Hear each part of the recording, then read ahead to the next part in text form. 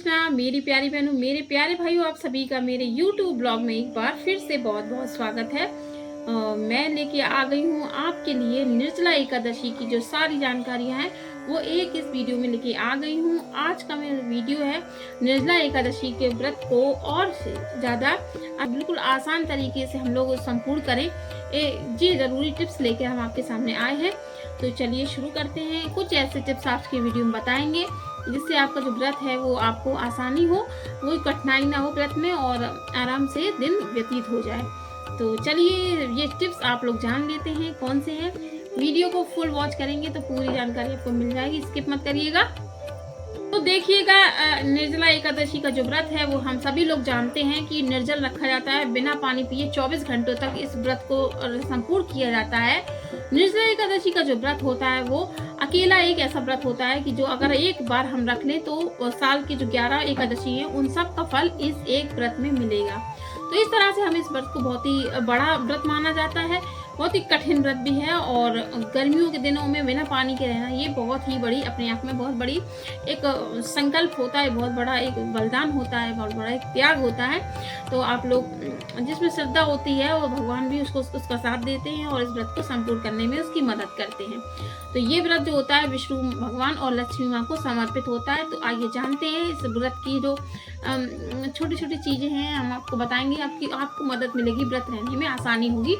तो ये व्रत जो निर्जल व्रत है हम सभी लोग जानते हैं कि ये बिना पानी के 24 घंटे तक रखा जाता है, आराधना की जाती है विष्णु भगवान लक्ष्मी माँ की और इस तरह से इस व्रत को संपूर्ण करते हैं। ये एक ऐसा व्रत है जिसको एक करने पर हमें साल की 11 एकादशी का व्रत इसी व्रत में मिलेगा, इसी व्रत में फल मिलेगा उसका।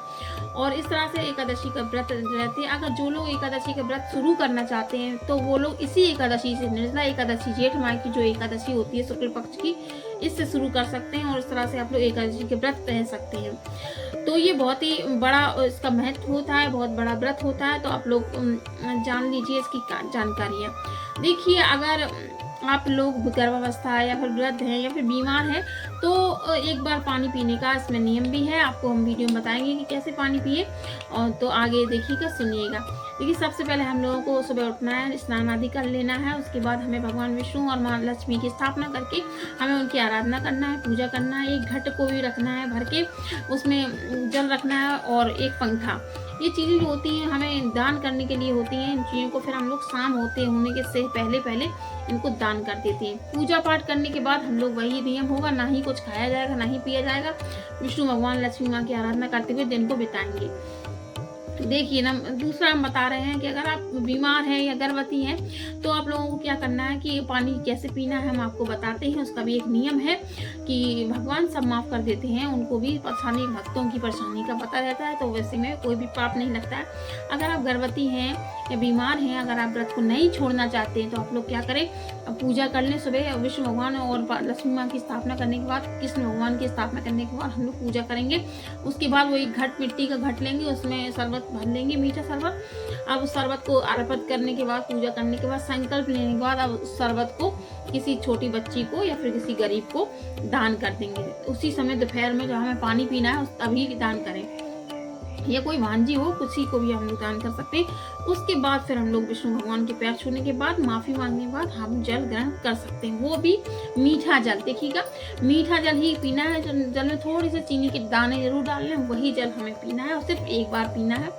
और अन्यथा फिर नहीं तो आप लोग ऐसा रहें तो बहुत ही अच्छी बात है, और वरना ये नियम है। आप लोग इमरजेंसी है, बहुत ज़्यादा तबीयत खराब है या फिर कोई भी बात है तो आप लोग ऐसा कर सकते हैं।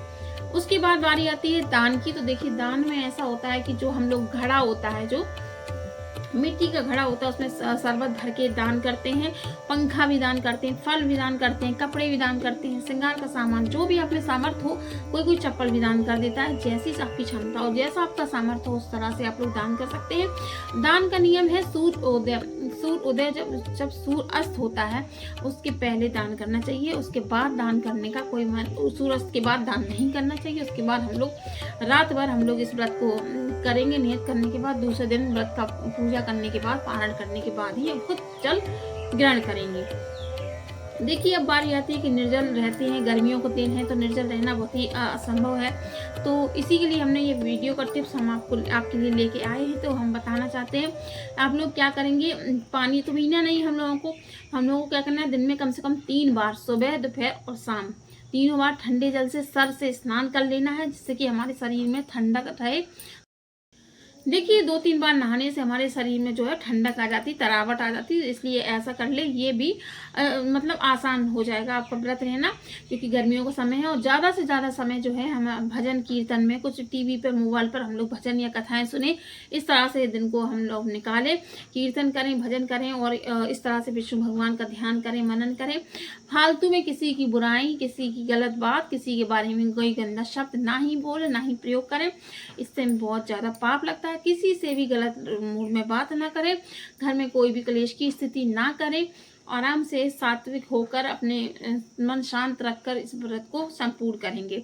तो इस तरह से निर्जला एकादशी का जो व्रत है वो आपको करेंगे तो आप लोगों को आसानी होगी। ये टिप्स मेरे आप लोग ध्यान से देख लीजिए, सुन लीजिएगा, आपको ज़रूर से ज़रूर लाभ मिलेगा। आप मैं इस निर्जला एकादशी का व्रत एक दिन पूरा संपूर्ण होने के बाद दूसरे दिन हम लोग पूजा करेंगे भगवान विष्णु और लक्ष्मी की और कान्हा जी की, और इस तरह से चौकी को जो है विश्राम दे देंगे, उठा देंगे और बस अपना रख देंगे। जो दान का सामान है वो दान को दे देंगे, जिसको दान देना हो, गरीब को, या फिर कोई भी आपका हो, भांजा हो, या फिर कोई भी गरीब की बेटी हो, कन्या हो, उसको हम लोग दान कर दें और इस तरह से व्रत को हम लोग संपूर्ण बना लेंगे।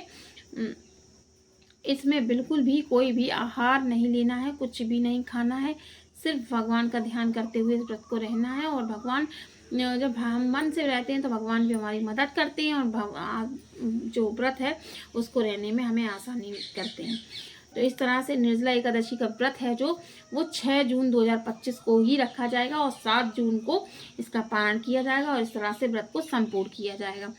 ये थी मेरे वीडियो की ब्लॉग की छोटी सी जानकारी। अगर आपको जानकारी अच्छी लगी हो तो प्लीज़ वीडियो को फुल वॉच करके ना जाइए, बिना करे ना जाइएगा।